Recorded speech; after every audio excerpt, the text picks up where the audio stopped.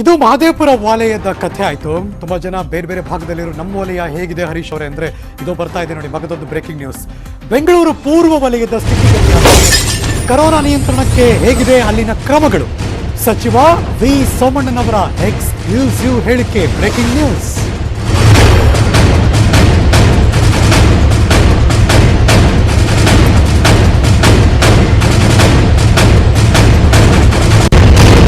Corona ತಡೆಗೆ lockdown ಒಂದೇ ಪರಿಹಾರ ಅಲ್ಲ. ಬೆಡ್ಗಳು, ಆಸ್ಪತ್ರೆಗಳು, ಆಂಬ್ಯುಲೆನ್ಸ್ಗಳು ಎಲ್ಲ ವ್ಯವಸ್ಥೆ ಇದೆ. ಸಚಿವ ವಿ ಸೋಮಣ್ಣನವರು ಎಕ್ಸ್ಕ್ಲೂಸಿವ್ ಆಗಿ ನ್ಯೂಸ್ 18 ಜೊತೆ ಮಾತಾಡಿದ್ದಾರೆ. ಹಾಗಾದ್ರೆ ಇಂದಿನ ಪರಿಸ್ಥಿತಿ ಮತ್ತು ಮೀಟಿಂಗ್ಗಳಾಯಿತು, ಮುಂದೇನಾಗುತ್ತೆ ಎಲ್ಲದ್ರ ಬಗ್ಗೆ ಬೆಂಗಳೂರು ಪೂರ್ವ ವಲಯದ ಸ್ಥಿತಿಗತಿಗಳನ್ನು ಅಪ್ಡೇಟ್ ಮಾಡಿದ್ದಾರೆ. ಎಕ್ಸ್ಕ್ಲೂಸಿವ್ ಆಗಿ ನ್ಯೂಸ್ 18 ಜೊತೆ ಮಾತಾಡಿದ್ದಾರೆ ಸಚಿವ ವಿ ಸೋಮಣ್ಣನವರು.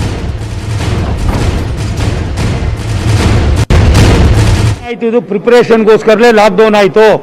ಆ ನಿರೀಕ್ಷೆ ಮಾಡೋದ್ರಿಂದ ಫಲವಾಗಿಯೇ ಸನ್ಮಾನ್ಯ ಮುಖ್ಯಮಂತ್ರಿಗಳು ನಮ್ಮೆಲ್ಲರನ್ನೂ ತಂದಾಕ. ನನಗೆ 53 ವಾರ್ಡ್ಗಳು ಬರ್ತವೆ. ಬುಧವಾರ ನಿಮಗೆ ಸ್ಪಷ್ಟವಾದ ಚಿತ್ರಣ ಇದೆ. ಅಪ್ ಟು ಟಿಲ್ ವೆನ್ಸ್ಡೇ ಸಣ್ಣ ಪುಟ್ಟದ್ದೇನಾಗ್ತವೆ ಇದೆಲ್ಲವನ್ನು ಕೂಡ ಸರ್ ಮಾಡೋದಕ್ಕೆ ಈಗಾಗಲೇ ನಾವು ಕಾರ್ಯೋನ್ಮುಖರಾಗ್ತಾ ಇದ್ದೀವಿ. ನೋಡ್ರಿ, ಲಾಕ್ಡೌನು ಸೊಲ್ಯೂಷನ್ ಅಲ್ಲ. ಮುಖ್ಯಮಂತ್ರಿಗಳ ಅನುಭವ, ಸೀಲ್ ಡೌನು ಇರ್ತದೆ, ಕಂಟೈನ್ಮೆಂಟ್ ಝೋನ್ಗಳು ಇರ್ತವೆ. ಅವಕ್ಕೆಲ್ಲ ಯಾವ ರೀತಿ ನಾವು ತಾಬಂದಿಗೆ ತರ್ತಕ್ಕಂಥ ಕೆಲಸವನ್ನು ಮಾಡೋದಕ್ಕೆ ಸೂಚನೆ ಕೊಟ್ಟಿದ್ದಾರೆ. ಅಧಿಕಾರಿಗಳು ಕೂಡ ಮಾಡ್ತಾ ಇದ್ದಾರೆ. ಜವಾಬ್ದಾರಿಯನ್ನು ಅರ್ಥ ಮಾಡ್ಕೊಂಡಿದ್ದಾರೆ. ಒಂದು ಸೀಲ್ ಡೌನು, ಲಾಕ್ಡೌನ್ ಅನ್ನೋದಕ್ಕಿಂತ ಹೆಚ್ಚಾಗಿ ಜನ ಜಾಗೃತರಾಗ್ತಾ ಇದ್ದಾರೆ. ಇನ್ನೂ ಜಾಗೃತಿ ಆಗಬೇಕು. ಆ ಕೆಲಸ ನಾವೆಲ್ಲ ಒಟ್ಟಿಗೆ ಮಾಡೋಣ. ಏನಾಯ್ತು ಇದು ಪ್ರಿಪರೇಷನ್. ಇದು ಬೆಂಗಳೂರಿನ ಪೂರ್ವ ವಲಯದ ಇನ್ಚಾರ್ಜ್ ವಿ ಸೋಮಣ್ಣನವರು. ಲಾಕ್ಡೌನ್ ಇರಲ್ಲ, ಬಟ್ ಬುಧವಾರ ಆದಮೇಲೆ ಸರ್ಕಾರ ಏನು ಕ್ರಮ ತೆಗೆದುಕೊಳ್ಳುತ್ತೆ ಅಂತ ನಾವು ಮುಂದೆ ಹೇಳ್ತೀವಿ ಅಂತ ನ್ಯೂಸ್ 18 ಜೊತೆ ಮಾತಾಡ್ಬೇಕಾದ್ರೆ ಹೇಳಿದ್ರು. ಇನ್ನೀಗ ನಿಮ್ಮ ಮುಂದೆ ನಾನು ಕರ್ನಾಟಕದ 5 ಜಿಲ್ಲೆಯ ಪರಿಸ್ಥಿತಿಯನ್ನು ತೋರ್ಸೋಕೆ ಶುರು ಮಾಡ್ತೀನಿ. ಒಂದು ಕಡೆ ಮೈಸೂರು, ಇನ್ನೊಂದು ಕಡೆ ದಾವಣಗೆರೆ, ಮಗದೊಂದು ಕಡೆ ಚಿಕ್ಕಮಗಳೂರು, ಇನ್ನೊಂದು ಕಡೆ ಚಿಕ್ಕಬಳ್ಳಾಪುರ, ಇನ್ನೊಂದು ಕಡೆ ಗದಗ. ಈ 5 ಕಡೆ ಜನ ಏನು ಮಾತಾಡ್ತಾರೆ, ಲಾಕ್ಡೌನ್ ಬೇಕಾ ಅಂತಾರ, ಬೇಡವಾ ಅಂತಾರ, ಅವ್ರದ್ದೇ ಆದಂಥ ರೀತಿ ಏನೇನಿದೆ ಎಲ್ಲವನ್ನು ಸಮಗ್ರವಾಗಿ ನಿಮ್ಮ ಮುಂದೆ ಇಡುವಂಥ ಪ್ರಯತ್ನ ಮಾಡ್ತೀನಿ. Let's go. ಲಾಕ್ಡೌನ್ ಮಾಡಿದ್ರಷ್ಟೇ ಈ ಕಾಯಿಲೆ ನಿಯಂತ್ರಣಕ್ಕೆ ಬರ್ತದೆ ಅಂತಕ್ಕಂಥದ್ದು ಸರಿಯಲ್ಲ. ಎಲ್ಲರಿಗೂ ಅವರ ಖಾತ್ರಿ ಇರಬೇಕು. ಫಸ್ಟು ಅವರ ಆರೋಗ್ಯದ ಬಗ್ಗೆ ಖಾತ್ರಿ. ಸರ್ಕಾರದ ಸೇವೆಯಲ್ಲಿದ್ದಾಗ ಅನಾಹುತವಾದಂಥ ಸಂದರ್ಭದಲ್ಲಿ ಏನು ಅವ್ರಿಗೆ ಪರಿಹಾರ ಕೊಡ್ತೀರಿ, ಅದೇ ಪರಿಹಾರವನ್ನು ಸಮೇತ ಖಾಸಗಿಯವ್ರು ಕೊಡಬೇಕು. ನೀವು ಭಯ ಹುಟ್ಟಿಸ್ಬಿಟ್ಟು ಬಾಪ ಅಂತ ಹೇಳಿದ್ರೆ ಯಾರು ಬರ್ತಾರೆ? ಆದ್ದರಿಂದ ಭಯ ಅನ್ನತಕ್ಕಂಥದ್ದನ್ನು ಸ್ವಲ್ಪ ಕಡಿಮೆ ಮಾಡಬೇಕು. ಹೆಚ್ಚು ಸೇವೆಯನ್ನು ನಾವು ಮಾಡಬೇಕಾಗ್ತದೆ. ಲಾಕ್ಡೌನಿಂದನೇ ಪರಿಹಾರ ಆಗ್ತದೆ ಅನ್ನೋದು ಸರಿಯಲ್ಲ. ಮೈಸೂರು ಜಿಲ್ಲೆಯಲ್ಲಿ ಲಾಕ್ಡೌನ್ ಅವಶ್ಯಕತೆ ಇಲ್ಲ. ಯಾಕೆಂತ ಹೇಳಿದ್ರೆ ಬೆಂಗಳೂರಿಗೂ ಮೈಸೂರಿಗೂ ಹೋಲಿಕೆ ಮಾಡಿದಂಥ ಸಂದರ್ಭದಲ್ಲಿ ಜನಸಂಖ್ಯೆ ಇರ್ಬೋದು ಅಥವಾ ಇಂಡಸ್ಟ್ರಿಯಲ್ ಇರ್ಬೋದು, ಆ ವಿಚಾರ ಬಂದಾಗ ಮೈಸೂರು ಭಾಳ ವಿಶಾಲವಾಗಿದೆ. ಮತ್ತು ಎಲ್ಲ ರೀತಿಯ ಆರೋಗ್ಯಕ್ಕೆ ಸಂಬಂಧಪಟ್ಟಂತೆ ಆಸ್ಪತ್ರೆಗಳು ಮತ್ತು ಎಲ್ಲ ರೀತಿಯ ಸೌಕರ್ಯಗಳು ಇರೋದ್ರಿಂದ ಮೈಸೂರಿನಲ್ಲಿ ಅವಶ್ಯಕತೆ ಇಲ್ಲ. ಆದರೆ ಮುಂಜಾಗ್ರತವಾಗಿ ಇನ್ನೂ ಹೆಚ್ಚಿನ ಕ್ರಮವನ್ನು ಜಿಲ್ಲಾಡಳಿತ ತಗೊಬೇಕು. ಕೊರೋನಾ ಸೋಂಕಿತರ ಸಂಖ್ಯೆ ಜಾಸ್ತಿ ಆಗಿರೋದ್ರಿಂದ ಜನಗಳು ಕೂಡ ತುಂಬ ಹೆದರ್ತಾ ಇದ್ದಾರೆ.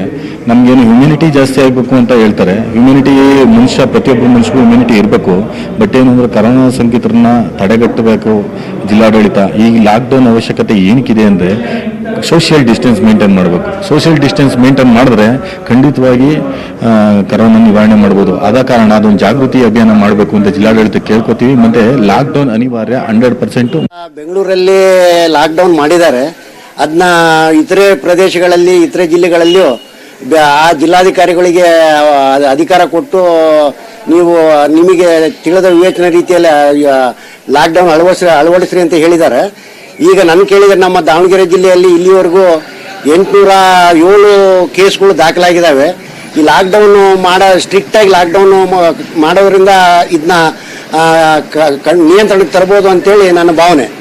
ಆದ್ದರಿಂದ ನನ್ನ ಅಭಿಪ್ರಾಯ ಲಾಕ್ಡೌನ್ ಮಾಡಬೇಕು ಅನ್ನೋದ್ರ ಬಗ್ಗೆನೇ ಇದೆ. ಬಹಳ ಜನಗಳದ್ದು ಅಭಿಪ್ರಾಯ, ನಮ್ಮೊಬ್ಬರದೆಲ್ಲ, ಎಲ್ಲ ಜನದ ಅಭಿಪ್ರಾಯ ಲಾಕ್ಡೌನ್ ಮಾಡಲೇಬೇಕು ಅಂತಿದೆ. ಮುಂಚೆ ಇದು ಮಾರ್ಚ್ ತಿಂಗಳಲ್ಲಿ ಕೊರೋನಾ ಬಂದಾಗಲೇ ಲಾಕ್ಡೌನ್ ಮಾಡಿದಿರೋರು ಈಗ ಅತಿ ಹೆಚ್ಚು ಪ್ರಮಾಣದಲ್ಲಿ ಬರ್ತಾ ಇರಬೇಕಾದ್ರೆ ಯಾಕೆ ಮಾಡ್ತಾ ಇಲ್ಲ ಅನ್ನೋದೇ ಗೊತ್ತಾಗ್ತಿಲ್ಲ. ಲಾಕ್ಡೌನ್ ಮಾಡಬೇಡ್ರಿ ಅಂದಾಗ ಮಾಡ್ತೀವಿ ಅಂತಾರೆ. ಹಿಂಗಾದಾಗ ನಾವು ಜನಗಳು ಏನು ಮಾಡಬೇಕು ಅನ್ನೋದು ಗೊತ್ತಾಗ್ತಿಲ್ಲ. ಕೋವಿಡ್-19 ಯಾವ ಸ್ಥಿತಿಗೆ ಚಿಕ್ಕಮಗಳೂರು ಜಿಲ್ಲೆಯಲ್ಲಿ ಬಂದಿದೆ ಅಂತ ಹೇಳಿದ್ರೆ ಈ ಸಮುದಾಯಕ್ಕೆ ಹರಡುವಂಥ ಸ್ಥಿತಿ ಎದುರಾಗಿದೆ. ಕಾರಣ ಏನಂತ ಹೇಳಿದ್ರೆ ಬೇರೆ ಬೇರೆ ನೀವು ದಿನದಿಂದ ದಿನಕ್ಕೆ ಸಂಖ್ಯೆಗಳು ಹೆಚ್ಚಾಗ್ತಾ ಇರೋದು ಮತ್ತು ಸಾವಿನ ಸಂಖ್ಯೆಗಳು ಹೆಚ್ಚಾಗ್ತಾ ಇರೋದು ಇವೆಲ್ಲ ನೋಡಿದಾಗ ಬೇರೆ ಕಡೆ ಬೆಂಗಳೂರು ಆ ಕಡೆ ಎಲ್ಲ ಈ ಥರದ ಪ್ರಮಾಣ ಹೆಚ್ಚಾಗ್ತಿರೋದ್ರಿಂದ ಲಾಕ್ಡೌನ್ ಎಲ್ಲ ಮಾಡಿದೆ. ಚಿಕ್ಕಮಗಳೂರಲ್ಲೂ ನನ್ನ ಸಲಹೆ ಏನು ಅಂತ ಹೇಳಿದ್ರೆ, ಚಿಕ್ಕಮಗಳೂರಲ್ಲಿ ಸರ್ವ ಪಕ್ಷಗಳ ಸಭೆಯನ್ನು ಕರೆದು, ಮುಖಂಡರುಗಳ ಸಭೆ ಕರೆದು ಲಾಕ್ಡೌನ್ಗೆ ಒಂದು ತೀರ್ಮಾನ ತಗೊಂಡು ಕೋವಿಡ್-19 ಸಮುದಾಯಕ್ಕೆ ಹರಡದ ರೀತಿಯಲ್ಲಿ, ಸಮುದಾಯದ ರೂಪ ಪಡೆದುಕೊಳ್ಳದ ರೀತಿಯಲ್ಲಿ ಕ್ರಮ ಕೈಗೊಳ್ಳಬೇಕು ಅಂತೇಳಿ ಒತ್ತಾಯಿಸ್ತೀನಿ.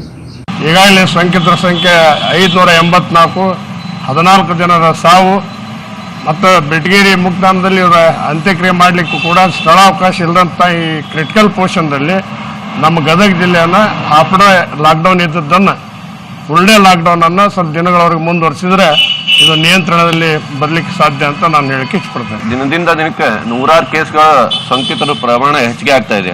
ಈ ರೀತಿಯಿಂದ ಈಗ ಹಾಫ್ ಡೇ ಲಾಕ್ಡೌನ್ ಮಾಡೋದ್ರಿಂದ ಏನಾಗುತ್ತೆ ಅಂದ್ರೆ, ಈಗ ಬೆಳಗ್ಗಿಂದ ಈಗ ಯಾರು ಸೋಂಕಿತರು ಏನು ಯಾರಿಗೂ ಗೊತ್ತಿಲ್ಲ, ಅವರೆಲ್ಲ ಅಡ್ಡಾಡಿ ಬಿಟ್ಟಿರ್ತಾರೆ. ಈಗ ಹಾಫ್ ಡೇ ಒಳಗೆ ಅದು ಇನ್ನೊಬ್ಬರಿಗೆ ಆ ಪ್ರಮಾಣ ಹೋಗಿ ಅವ್ರಿಗೆ ತಗಲಿಬಿಟ್ಟಿರ್ತೈತಿ.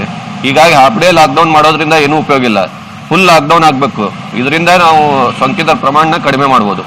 ಗದಗ ಜಿಲ್ಲೆಯಲ್ಲಿ ಏನು ದಿನಕ್ಕೆ ಹೆಚ್ಚು 150 ಬರ್ತಾ ಇದೆ. ಅದಕ್ಕೆ ಆರೋಗ್ಯ ಇಲಾಖೆ ಈಗಾಗಲೇ 14 ಜಿಲ್ಲೆ ಡೇಂಜರ್ ಝೋನಲ್ಲಿ ಗದಗ ಜಿಲ್ಲೆ ಡೇಂಜರ್ ಝೋನ್ ಅಂತ ತೋರಿಸಿದ್ದಾರೆ. ಈಗ ಮತ್ತೆ ಹೆಚ್ಚು ದಿನ ಲಾಕ್ಡೌನ್ ಮಾಡಬೇಕು. ಯಾಕಂದ್ರೆ ಅಂತರ ಕಾಯ್ಕೊಳ್ಳೋ ಜನಗಳೇ ಇಲ್ಲ ಅಂತ ಮಾಸ್ಕ್, ಸ್ಯಾನಿಟರಿ ಏನು ಉಪಯೋಗ ಮಾಡ್ತಾ ಇಲ್ಲ. ಅದಕ್ಕೆ ಹೆಚ್ಚು ಕಾಲ ಲಾಕ್ಡೌನ್ ಅಂದ್ರೆ ಗದಗ ಸೋಂಕಿತರ ಸಂಖ್ಯೆ ಕಡಿಮೆ ಆಗೋರಿಗೆ ಗದಗ ಜಿಲ್ಲೆಯನ್ನ ಲಾಕ್ಡೌನ್ ಮಾಡೋದು ಒಂದು ಒಳ್ಳೆಯ ಕೆಲಸ. ಹಾಫ್ ಡೇ ಲಾಕ್ಡೌನ್ ಮಾಡಿದ್ರಲ್ಲಿ ಕೆಲವೊಂದಿಷ್ಟು ಅಷ್ಟೇ ಇದು ಬೆನಿಫಿಟ್ ಆಗ್ಬೋದು. ಫುಲ್ ಡೇ ಮಾಡಿದರೆ ಕೊರೋನಾ ಸೋಂಕಿತರ ಸಂಖ್ಯೆ ಕಡಿಮೆ ಮಾಡ್ಬೋದು. ಈಗಾಗಲೇ ಆರೋಗ್ಯ ಇಲಾಖೆ ವತಿಯಿಂದ ಬಂದಿದೆ. ಕರ್ನಾಟಕ ರಾಜ್ಯದ 14 ಜಿಲ್ಲೆಗಳು ಕೂಡ 14 ಜಿಲ್ಲೆಗಳು ಕೂಡ ಡೇಂಜರ್ ಝೋನಲ್ಲಿದ್ದಾವೆ. ಇದನ್ನೇನೋ ಇದೇ ಥರ ಬಿಟ್ಟರೆ ಜಿಲ್ಲೆಯಲ್ಲಿ ಇದನ್ನು ಸೋಂಕಿತರ ಸಂಖ್ಯೆ ದ್ವಿಗುಣ ಅಥವಾ 3 ಪಟ್ಟು ಹೆಚ್ಚಿಗೆ ಆಗೋದ್ರಲ್ಲಿ ಸಂದೇಹವಿಲ್ಲ. ಹಂಗಾಗಿ ಫುಲ್ ಡೇ ಲಾಕ್ಡೌನನ್ನು ಈ ಗದಗಲ್ಲಿ ಜಾರಿ